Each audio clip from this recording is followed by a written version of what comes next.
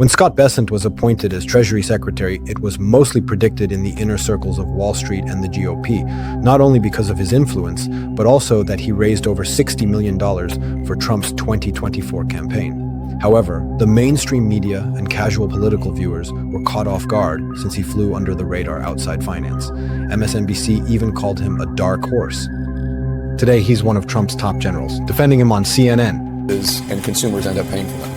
Well, Jake, in essence, what you're saying taxes are inflationary, so... Praising him on Fox. Congratulations should go to President Trump. He has a fine relationship with President Xi. Is he trying to save or bankrupt a certain South American country? Who's really benefiting from a Ukraine peace deal? Is he really trying to manipulate the next pick for chairman of the Federal Reserve? Little do we know his plans for America. He's pulling strings in lots of major economic events around the globe. To understand a man like him, let's go back to 1979. Before making billion-dollar bets and shaking up global economies, Scott, at just 9 years old, had front-row heartbreak watching his father go bankrupt right when inflation in the U.S. was spiking 7 to 8% a year from exploding energy costs, and wages were racing to keep up. For a real estate developer who'd already survived 2 bankruptcies, that wage price spiral was the final knockout. But little Scott, he saw the flip side, grabbed a paper route because he knew if wages were jumping, people would have more cash for Sunday papers, and those papers got fatter with ads anyway. His very first trade wasn't yen or pounds, it was newsprint. He got a paper route before school and early weekends. And he was not wrong. A paperboy's monthly wage went from $50 to $170 on average in just a few years. So if a Sunday paper route cleared $20 back then, that's like $120 today. Not life-changing, but for a 9-year-old in Conway, South Carolina, watching his dad lose everything. That was power. That was control. That was the first time he beat the system instead of getting crushed by it. Just let that sink in. Inflation wrecked his family, but it also taught him the game before he even knew the rules. He worked whenever he could, before school, after school, and every summer, and he never let it hurt his grades. He graduated top of his class and was valedictorian. He won the school's top academic prize, and he earned himself a full merit scholarship to Yale, which in the 1980s was insanely competitive and only went to kids with near-perfect grades and test scores. While at Yale his parents couldn't send spending money, he still continued to hustle, taking a student job as chairman of the Yale Alumni Fund. Sounds like a great gig, but in reality, he just ran phone drives begging alumni for donations. His sophomore year is when things started to pick up. He secured an internship with Jim Rogers through a Yale Career Center event. Rogers would be instrumental to Bessent's future. Top interns would make $500 to $1,000 a week plus housing. That was serious cash in the 80s. That's about $2,000 to $4,000 in today's money. He took on roles like editor of the Yale Daily News. He was president of the Wolf's Head Society in 1984, his senior year. That means he literally ran the whole society, picked the next class, organized the secret meetings, controlled the budget, everything. At 21 or 22 years old, he's now the president of one of the most powerful secret societies in America, the same club that produced CIA directors and billionaires.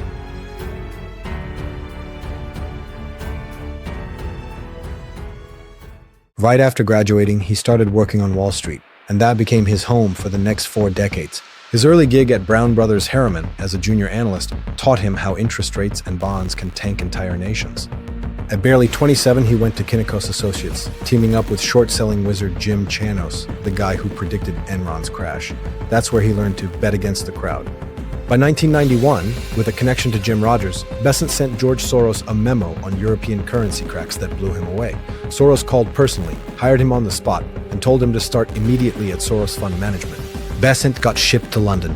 In less than a year, he was head of macro research, working side by side with Stanley Druckenmiller, who was known for one of the best hedge fund records of all time running Duquesne Capital Management, from 1986 to 2010 with an average annual return of 30% with no losing years.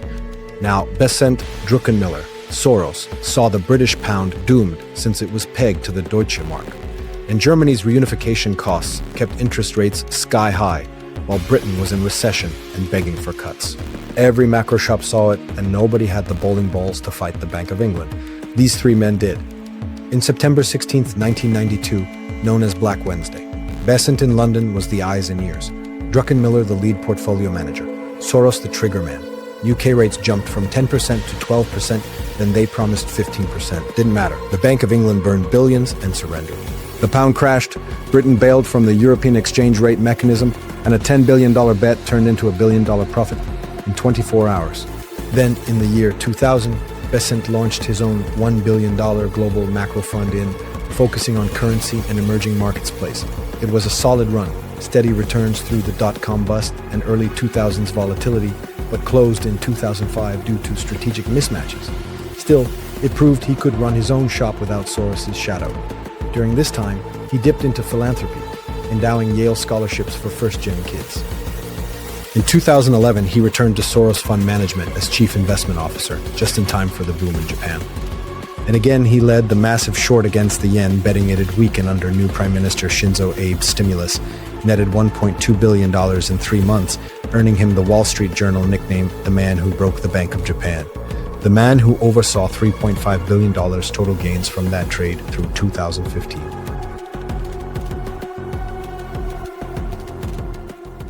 Bessent then founded Key Square Group in 2015, with Soros investing $2 billion to back him up. Then, in 2016, Bessent was the very few that was betting against Hillary Clinton winning the presidency when almost all of Wall Street betting on a Trump loss. Then, in the night of November 8th, Scott Bessent had positioned himself in the market for a Trump's victory. The US dollar fell against major currencies like the euro, yen, and pound, but took a fast rebound. Bessent was there to profit on it. However, he did this with George Soros capital. Soros was heavily invested on a Hillary Clinton victory. Not only that, but had also donated millions to the Democratic Party over the last 2 decades. Was this a way for George Soros to hedge his politics, or was this the beginning of loyalty changing from Soros to Trump? Bessent himself said in a 2024 interview that he and Soros haven't even spoken since 2016. Soros did pull his money out of Key Square Group. However, this was not at random. It was agreed upon that Soros would retract big chunks of his investments at certain dates that had been scheduled since the day of the initial investment, so it's very unclear if this was a fallout. However, did Soros really just let his best earner walk away? Did Bessent just throw away 30-plus years of mentorship, billions in shared wins, and the closest thing to a macro father figure he ever had, all to sit in Trump's Treasury chair?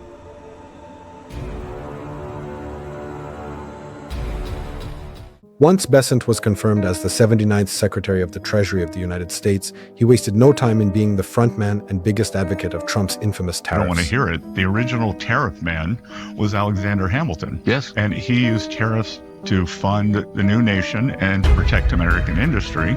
President Trump has added a third leg to the stool, and he uses tariffs to negotiate.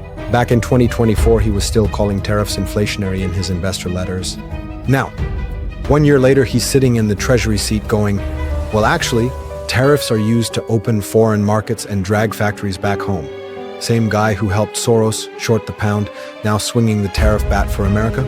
Funny how that works. And while consumers cry about $5,000 car price hikes, Wall Street's in full tariff cash grab mode, buying discounted foreign bonds pre-tariff, selling post. That was already Wall Street's strategy back in Trump's 2018 to 2019 China tariff war, raked in more than $20 billion a year. Now, same playbook, but way bigger game. Now, it's not just China anymore. It's the US versus the world. And these tariffs don't need to last. Just long enough for the cash grab, then they negotiate them away. And who gets the sweetheart deals? The same Wall Street crew that funded Trump's campaign. All while Bessent sits in the Treasury seat.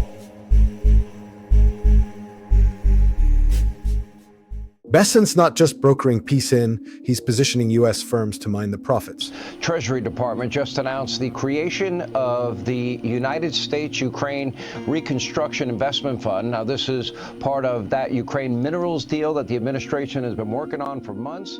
In February of 2025, Bessent lands in Kyiv, first Trump cabinet guy on the ground, hands Zelensky the deal, U.S. dollars for Ukraine's rare earths, lithium, gas fields, calls it a post-war security shield. Zelensky says it's meaningful. 2 weeks later, White House meeting blows up. Zelensky says money first, peace later. Bessent fires back on CBS. No economic deal without peace first. The deal freezes. Then on April 26th, Bessent jumped in the opportunity to attend Pope Francis' funeral. He knew all world leaders would be attending this event. And when Trump and Zelensky met through a back channel, no media and unscheduled, Bessent was there to underline talks between both leaders. And on April 30th, They finally signed the Reconstruction Investment Fund. Purpose of the fund: American mining giants get first dibs on $500 billion in minerals. Royalties pay back the $100 billion we already sent. From shorting the pound with Soros to carving up Ukraine's future peace deal or future payday deal.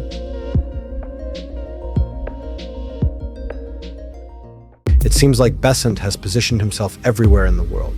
Argentina Treasury Secretary come to Argentina since Trump's first administration, and that was for a G20. So why the emphasis from the Trump? The peso in Argentina was about to collapse, so the U.S. came up with a financial support package announced by the Treasury.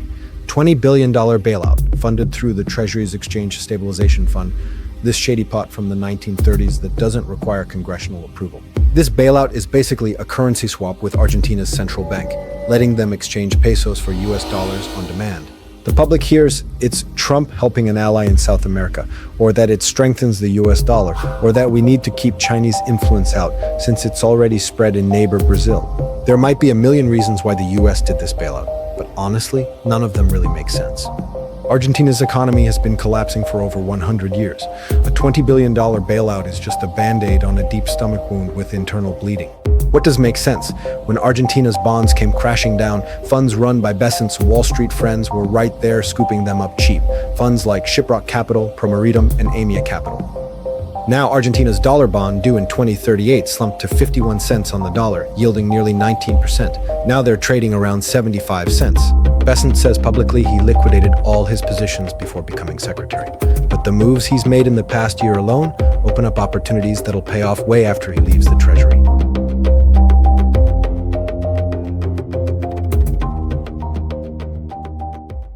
Previously as the pick for Treasury Secretary, Kevin Hassett, who's currently at the chairman of the National Economic Council for the White House. So there are a few names in the mix. But again, this just is speculation that Trump wants to have some influence over Fed policy. And the way he could do that is by picking this shadow Fed chair sooner rather than later. So the markets pay attention not to Powell. Bessent has played with the idea of becoming chairman of the Federal Reserve. Could you imagine a Soros protege being in charge of regulating interest rates and controlling the printer of the US dollar? But he's not a candidate anymore and has repeatedly said he doesn't want the job. Reuters Breaking Views calls him the real next Fed chair, not literally taking the seat, but controlling the pick, the policy framework, and even pushing reforms. Whoever Trump nominates will basically follow Bessent's playbook. So what do you think? Is Bessent making all these power moves to make him and his buddies richer than God? Or is he really a Treasury Secretary involved in the world's biggest geopolitical issues for the good of the United States, and Wall Street just happens to be betting on him as a coincidence?